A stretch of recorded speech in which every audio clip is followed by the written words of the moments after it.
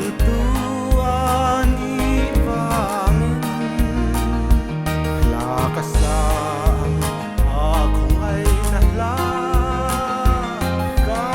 sa Zelfova kasual zong aman min taksa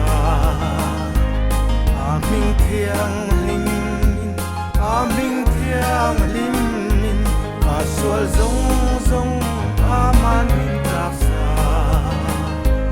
hallelujah aming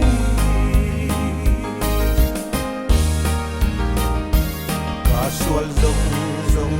men kalau kalin aman tol namin pea mintan tua avangin kafakang gamoy susazelin kasual zong aman min taksa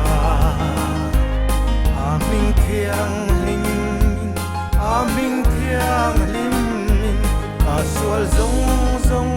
aman min taksa hallelujah amin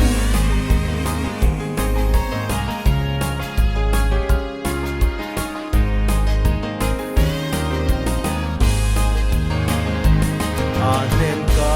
ten tuan ka faktas dualang hinaata min umpin kafakfo mga tatuan hengin kafakto kailobang kasual zong aman min taksa aming tiang limin aming tiang limin kasual zong